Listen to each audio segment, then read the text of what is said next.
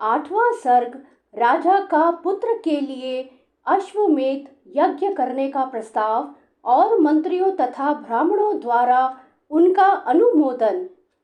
संपूर्ण धर्मों को जानने वाले महात्मा राजा दशरथ ऐसे प्रभावशाली होते हुए भी पुत्र के लिए सदा चिंतित रहते थे।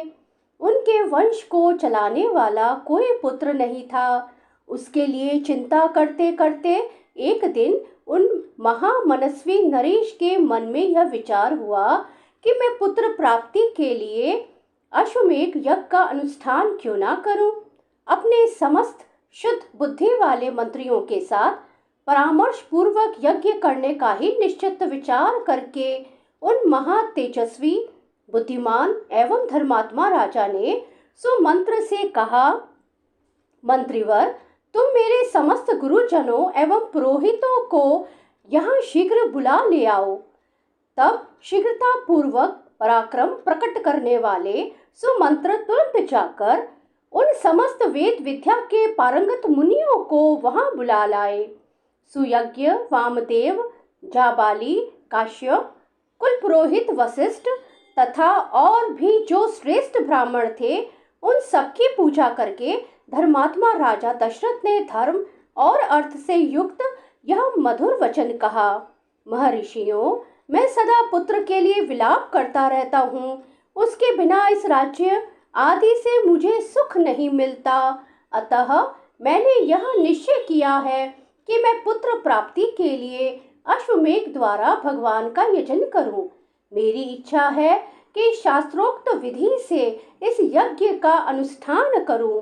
अतः किस प्रकार मुझे मेरी मनोवांछित वस्तु प्राप्त होगी, इसका विचार आप लोग यहाँ करें। राजा के ऐसे कहने पर वशिष्ठ आदि सब ब्राह्मणों ने बहुत अच्छा कहकर उनके मुख से कहे गए पूर्वोक्त वचन की प्रशंसा की। फिर वे सभी अत्यंत प्रसन्न होकर राजा दशरथ से बोले, महाराज, यज्ञ सामग्री का संग्रह किया जाए। भूमंडल में भ्रमण के लिए यज्ञ संबंधी अश्व छोड़ा जाए अथवा सूर्य के उत्तर तट पर यज्ञ भूमि का निर्माण किया जाए। तुम यज्ञ द्वारा सर्वथा अपनी इच्छा के अनुरूप पुत्र प्राप्त कर लोगे, क्योंकि पुत्र के लिए तुम्हारे हृदय में ऐसी धार्मिक बुद्धि का उदय हुआ है। ब्राह्मणों का यह कथन सुनकर राजा बहुत संतुष्ट हुए।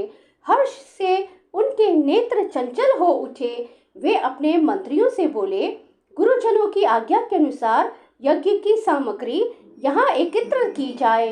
शक्तिशाली वीरों के संरक्षण में उपाध्याय सहित अश्व को छोड़ा जाए। सरयू के उत्तर तट पर यज्ञ भूमि का निर्माण हो।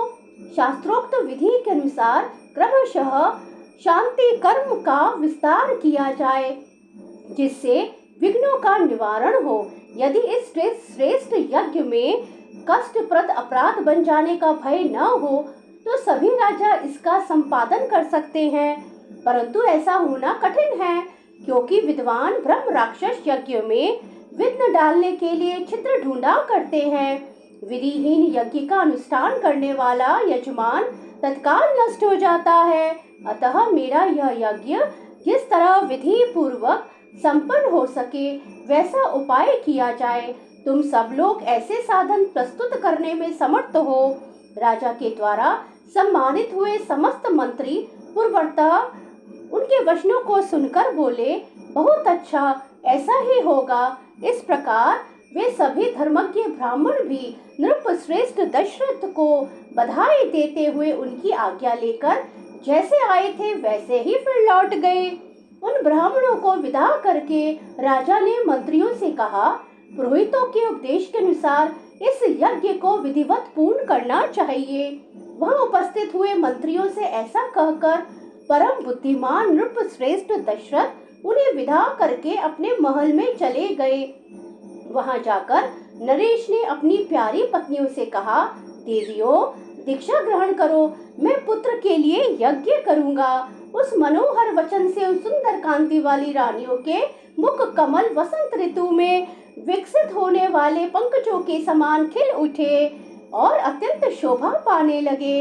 इस प्रकार श्री वाल्मीकि निर्मित आर्ष रामायण आदि काव्य के बाल कांड में 8वां सर्ग पूरा हुआ।